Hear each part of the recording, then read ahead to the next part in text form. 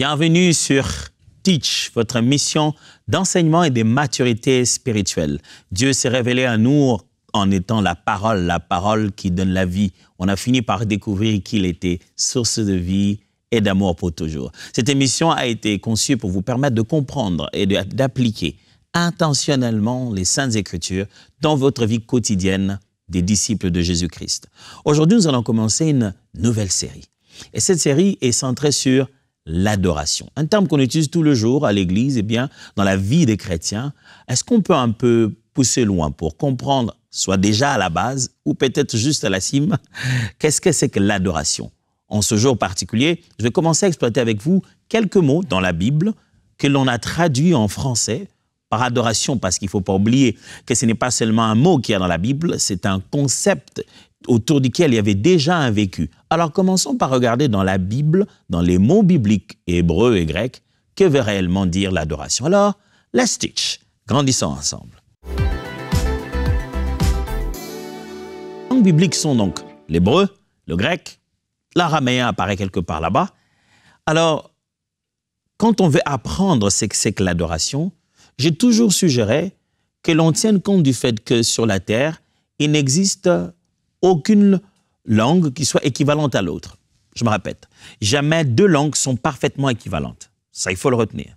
Ça veut dire que jamais il y a une langue qui est si équivalente à l'autre que chaque mot que cette langue a, l'autre l'a obligatoirement. Non. Pourquoi? Parce que nous décrivons dans nos langues notre culture, notre vécu. Et les vécus ne sont pas pareils, par-ci, par-là. Partout dans le monde. D'autres personnes vivent autre chose et décrivent autre chose. Par exemple, je donnerai un exemple très banal. Chez nous, par exemple, lorsque quelqu'un veut aller acheter quelque chose pendant qu'il est chez lui, on dira qu'il va, il va au coin de la rue. Quand on dit chez nous, il va au coin de la rue, on a directement dit qu'il est allé à l'endroit où il doit acheter quelque chose. Est-ce qu'il y a vraiment eu des épiceries dans les vrais sens du mot, dans des boutiques? Non, il y a quelques maraîchères qui mettent des tables et qui vendent. Donc, aller au coin de rue, ce n'est pas juste aller au coin de rue, c'est aller à l'épicerie. Alors, quelqu'un te dirait chez nous, il est allé au coin. Bah, vous dites quel coin? Un francophone dirait quoi? Il est allé au coin, et peut-être qu'il s'est dit, il est allé au petit coin. Mais ce n'est pas du tout la même chose. Donc, dans les deux langues, là, j'ai tenté d'ailleurs de traduire en parlant de coin, deux langues différentes, mais on n'a pas toujours exactement les mêmes mots.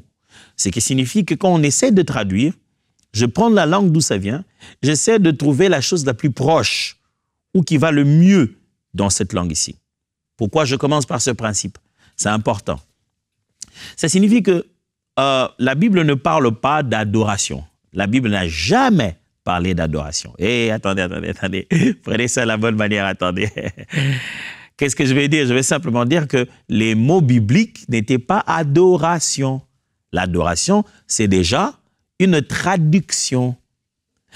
On a trouvé qu'en français, le meilleur mot qui s'y rapprochait, c'était le mot adoration ou le verbe adorer.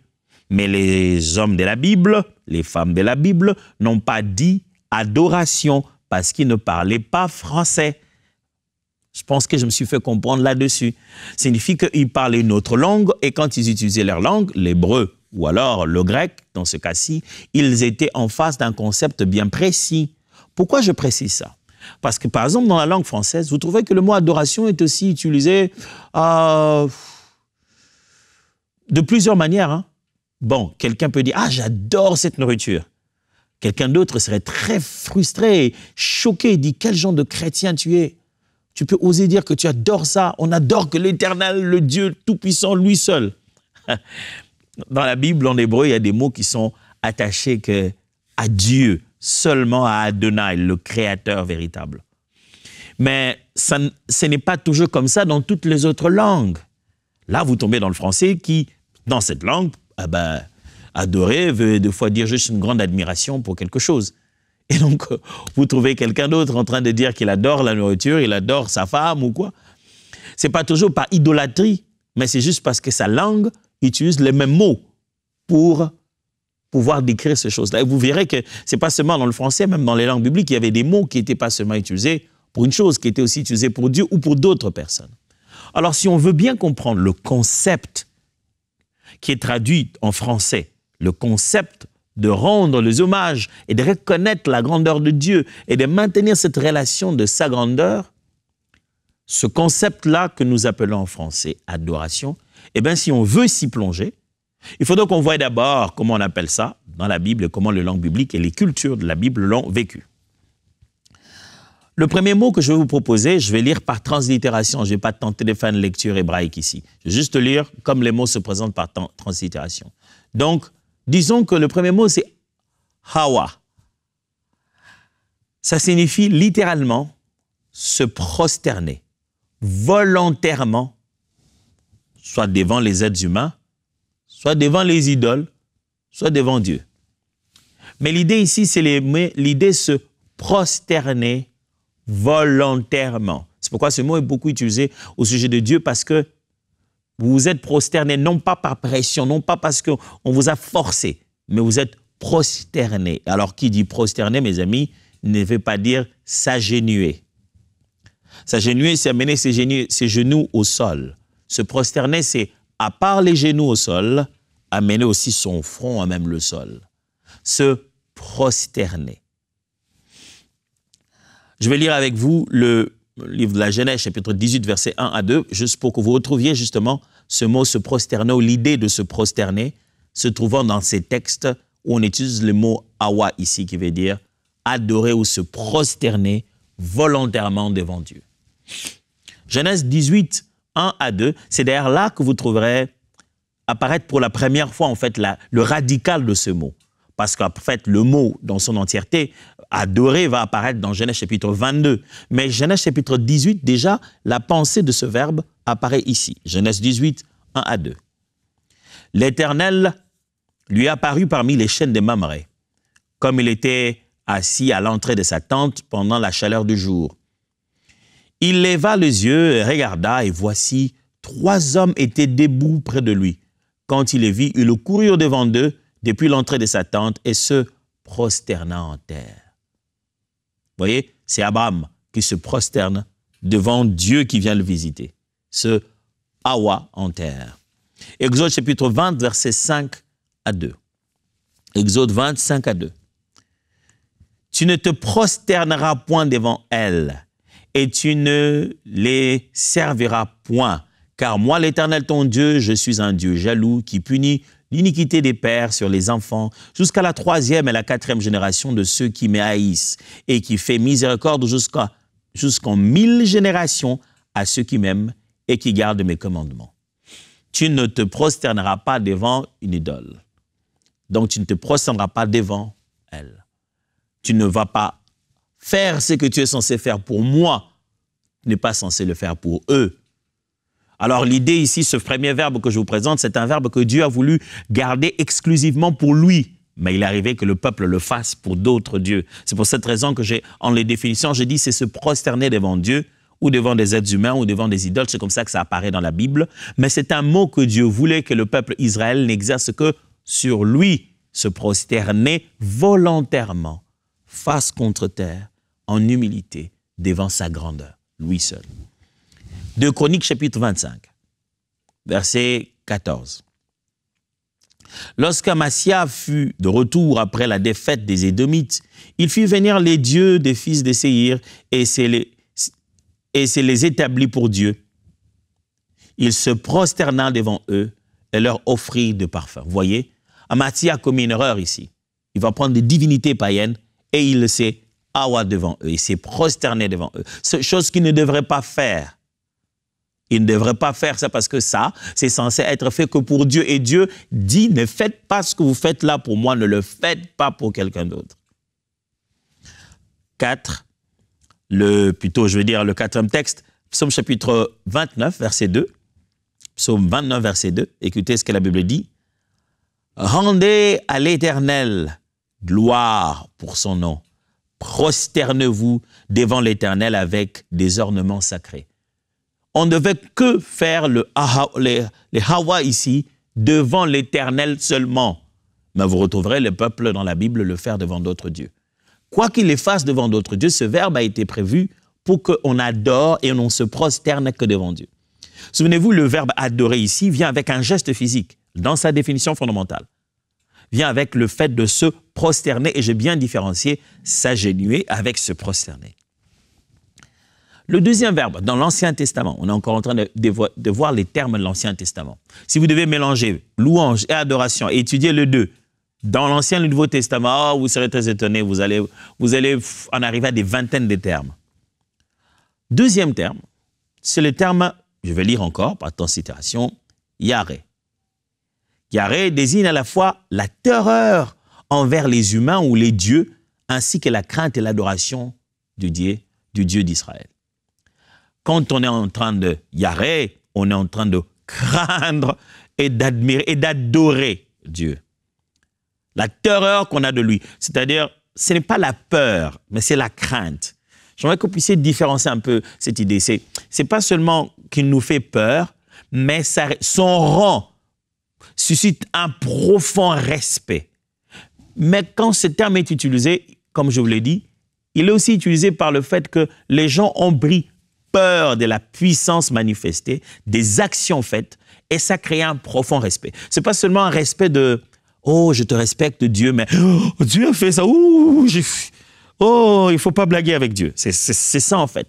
Le Yareh, c'était cette façon de craindre, de respecter, de voir en grandeur la puissance de Dieu à cause de genre de choses qu'il est capable de faire. Deutéronome chapitre 3, verset 2. Je lis avec vous. L'Éternel me dit, ne les crains point, car je les livre entre tes mains. Lui et tout son peuple et son pays, tu les traiteras comme tu as traité Sihon, roi des Amoréens, qui habitait à Hesbon. Il dit, l'Éternel dit, ne le crains point, c'est-à-dire, n'aie pas terreur devant lui. Le mot est là, Yareh. Il dit qu'il ne commence pas à devenir devant toi comme un Dieu. Tu ne dois pas avoir peur de quelqu'un comme si c'était un Dieu. Ce qui veut dire qu'avant même de dire que je suis idolâtre parce que j'ai dit j'adore ma nourriture ou quoi, des fois il faut aller chercher loin. Le type de crainte qu'on accorde à quelqu'un peut déjà être une forme d'élévation de divinité. Et je vais exagérer, ça peut déjà être de l'adoration. On peut se mettre à adorer quelqu'un, à idolâtrer quelqu'un, si je dois bien utiliser les termes, à cause d'un excès de ce qu'on appellerait respect, qui est devenu une vénération. Deutéronome chapitre 6, versets 13 à 15. Deutéronome 6, 13 à 15. Ah, 6, chapitre 13, verset 15. Chapitre 6, verset 13 à 15. Tu craindras l'Éternel ton Dieu, tu les serviras, et tu jureras par son nom. Vous n'irez point après d'autres dieux, d'entre les dieux de peuples qui sont autour de vous, car l'Éternel ton Dieu est un Dieu jaloux au milieu de toi. La colère de l'Éternel ton Dieu s'enflammerait contre toi, et il t'exterminerait de dessus de la terre. Tu dis, c'est bien dit, tu craindras l'Éternel ton Dieu et tu le serviras. Et puis, ce qui va venir après, ça va démontrer ce qu'il est capable de faire en puissance.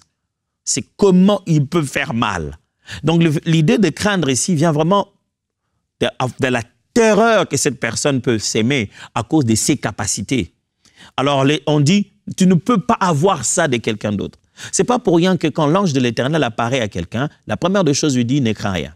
Et quand Dieu veut nous encourager sur quelque chose dans la vie, il dit, ne le crains pas, ne crains rien, ne tremble pas. Souvenez-vous ce qu'il dit à Jérémie, il dit, ne tremble pas. Si tu trembles devant eux, je te ferai trembler. Vous verrez ça même des fois quand vous avez une vision ou quoi que ce soit qui vous arrive, l'ange de l'Éternel viendra toujours te dire, ne crains rien. Il aura toujours un air, il est plus à l'aise, détendu, que la chose qui te fait peur, le diable te fait peur là-bas, il te dit, ne crains rien.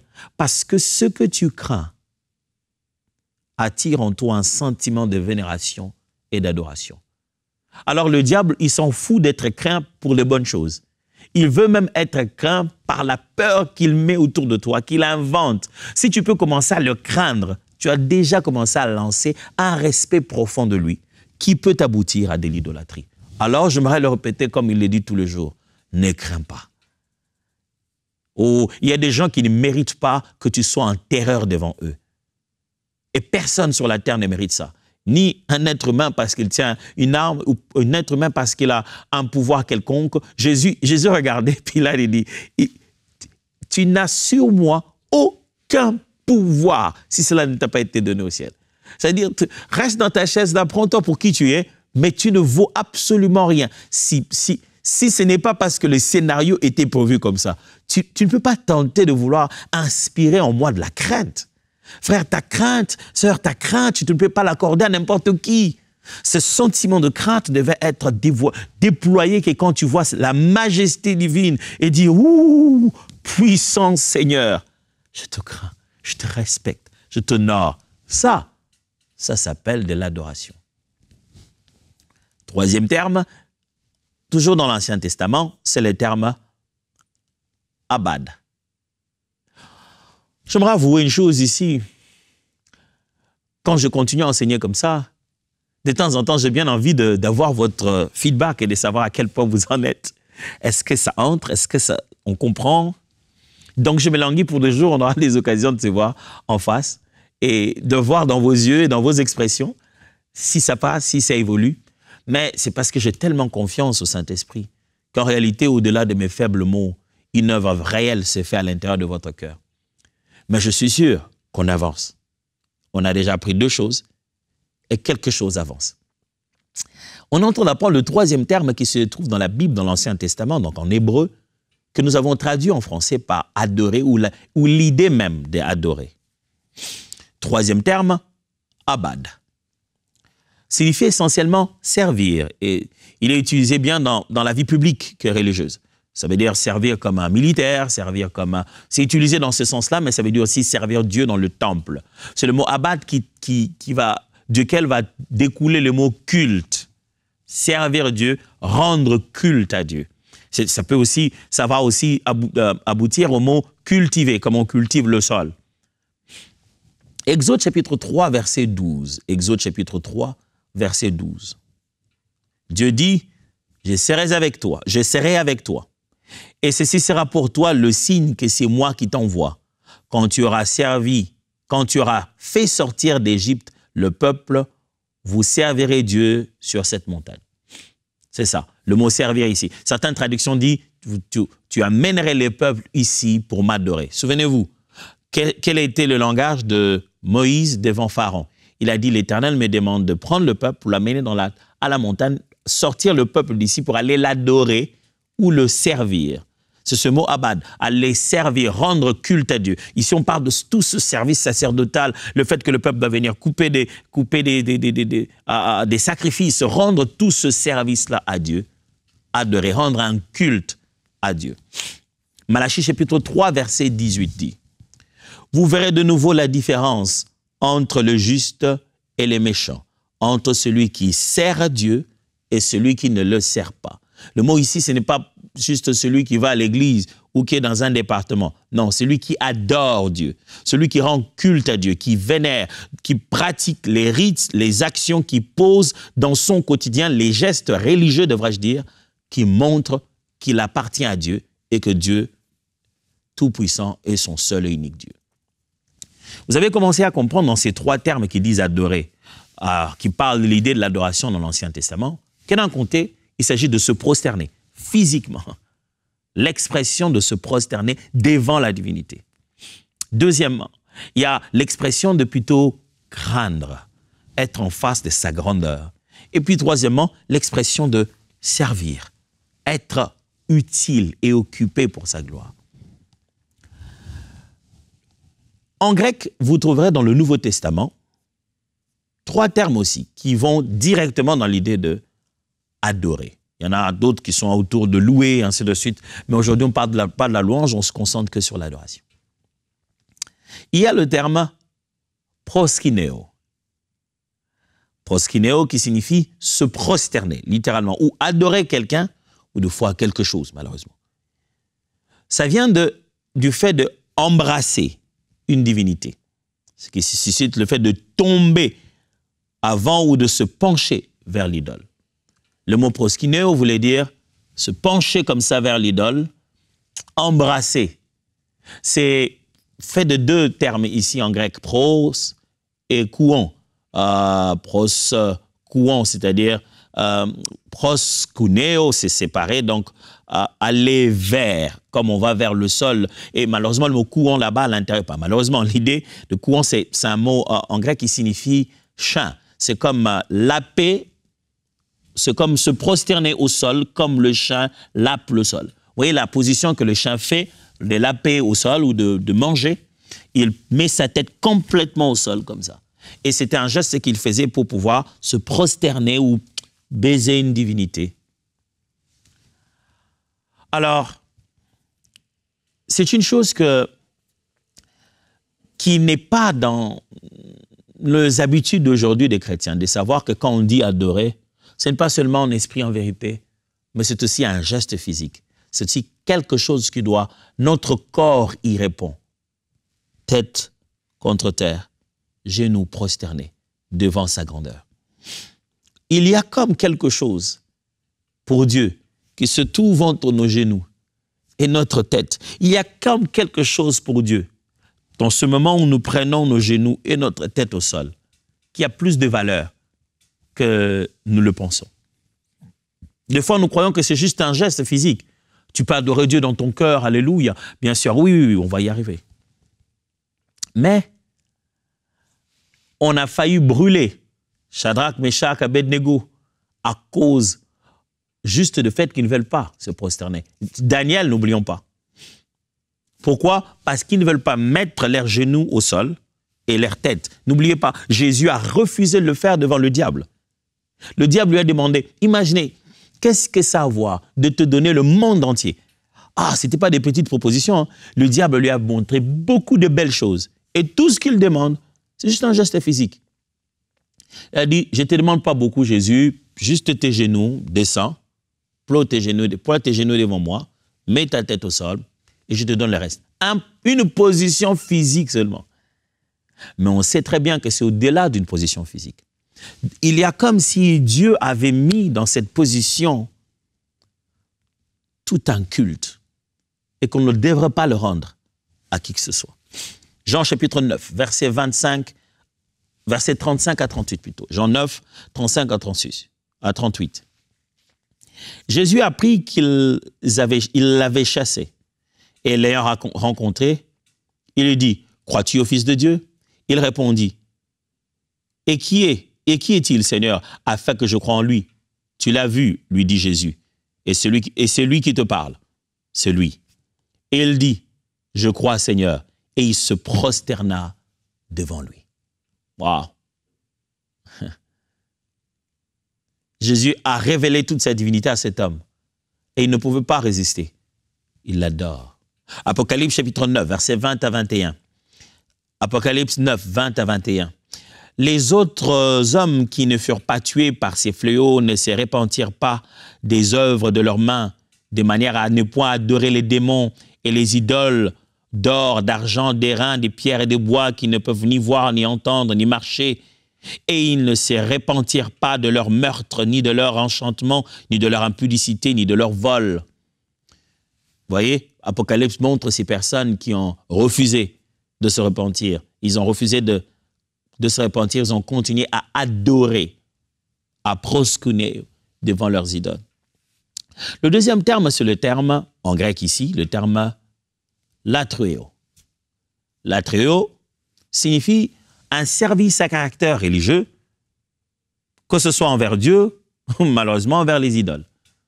C'est pourquoi vous verrez que dans le Nouveau Testament, quand on traduit par exemple quelque chose qui avait dit dans l'Ancien Testament Abad, si on est obligé de faire référence à ce même texte dans le Nouveau Testament, on utilisera plutôt le mot latréo, parce qu'il s'agit d'un service. Et donc, c'est le mot latréo qui signifie un service à caractère religieux, un peu comme abod. Actes des Apôtres, chapitre 7, versets 6 à 7. Dieu parla ainsi, « Sa postérité séjournera dans un pays étranger, on la réduira en servitude et on la maltraitera pendant 400 ans. Mais la nation à laquelle ils ont été asservis, c'est moi qui la jugera, dit Dieu. Après cela, ils sortiront et ils me serviront dans ce lieu-ci. » Étienne est en train d'expliquer, de faire le résumé de toute l'histoire du peuple d'Israël. Il rappelle ce que Dieu avait dit, Après toutes ces souffrances, il sortira le peuple et il le servira en ce lieu-là. Le mot là, c'est ils vont faire le culte de Dieu, ils vont faire le latréo. Hébreux 9, 13 à 14. Car si le sang des taureaux et des boucs et la cendre d'une vache répandue sur ceux qui sont souillés sanctifie et procure la pureté de la chair, combien plus le sang de Christ qui, par un esprit éternel, s'est offert lui-même sans tache à Dieu, purifiera-t-il votre conscience des œuvres mortes afin que vous serviez le Dieu vivant. Le même terme là, afin que vous rendrez culte au Dieu vivant, que vous l'adoriez. Je reviens encore, Actes des Apôtres, mais cette fois-ci, verset 42, Acte 7, 42. Alors Dieu se détourna et les livra au culte de l'armée du ciel, selon qu'il est écrit dans le livre de prophètes. M'avez-vous offert des victimes et des sacrifices pendant 40 ans au désert, maison d'Israël? Dieu se détourna, les livra au culte de l'armée du ciel. Au culte, le mot culte là, au latrio, au service. Donc Dieu, en abandonnant son peuple, il a laissé rendre la même chose qu'il faisait pour lui, mais il se met à le faire pour d'autres, à adorer d'autres dieux. Enfin, le dernier mot en grec que nous allons d'ailleurs apprendre aujourd'hui, le troisième, c'est le mot, je vais le lire comme ça, c'est beau. Il inclut les idées de révérence et de crainte, un peu comme le mot en hébreu, tout à l'heure qu'on avait lu, le mot qui faisait référence à la crainte de Dieu, le mot Yahweh. C'est beau inclut les idées de révérence et de crainte. Matthieu chapitre 15, verset 9. C'est en vain qu'il m'honore en enseignant des préceptes qui sont commandements d'hommes. En vain qu'il m'honore, tu vois. Le mot qui est là, honorer, c'est rendre culte, reconnaître Dieu, le craindre, le c'est beau. Et enfin, Romains chapitre 1, verset 24 à 25. C'est pourquoi Dieu les a livrés à l'impureté, selon les convoitises de leur cœur, en sorte qu'ils déshonorent eux-mêmes leur propre corps, eux qui ont changé la vérité de Dieu en mensonge et qui ont adoré et servi la créature au lieu du Créateur qui est béni éternellement. Amen. Même chose. Ici, Dieu dit, puisqu'ils n'ont pas voulu le reconnaître, Dieu les a livrés. Ils se mettent à adorer la créature, même à la craindre. C'est pourquoi j'insiste sur ce concept de Yahweh, de Sebo. De fond, on se met à craindre les hommes. On ne se rend pas compte, on a commencé à l'adorer. Quand il arrive, tu vois les gestes, le fait que les gens font. Je suis désolé de le dire, même des fois à l'église. J'ai vu des photos, des images. On a passé des êtres humains à un certain niveau de vénération qui est devenu la crainte et de l'adoration. Prions. Père de gloire, nous te prions, ô Dieu. Apprends-nous à t'adorer toi et toi seul. Apprends-nous à faire de l'adoration une chose exclusive à Dieu. Pas juste parce que c'est une position dans notre corps où c'est chanter des chants ou dire le verbe adorer, mais parce que c'est une attitude de notre cœur qui reconnaît ta grandeur, qui te craint toi, qui t'honore et te respecte toi. Aujourd'hui, nous avons appris que ce n'est pas juste des paroles et des pensées, c'est toute une position même dans notre corps. C'est une crainte dedans de nous, mais c'est aussi un service autour de toi. Père, apprends-nous à t'adorer comme il se doit. Au nom de Jésus. Amen. Dieu vous bénisse.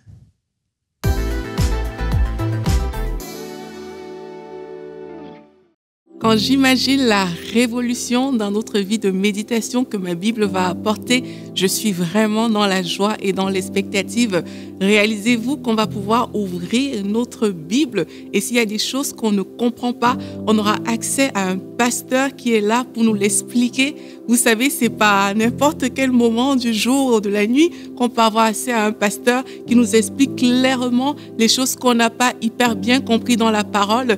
Et là, ce sera possible grâce à ma Bible. Alors, je vous encourage, vous aussi, à devenir des partenaires mensuels pour aider tellement de gens dans leur compréhension de la parole de Dieu à travers l'application Ma Bible. Merci à tous nos partenaires. Soyez bénis. Dès maintenant, faites partie des 20 000 partenaires mensuels qui porteront la vision d'EMCI et qui l'amèneront encore plus loin. Pour faire votre don, rendez-vous sur emcitv.com/20 000.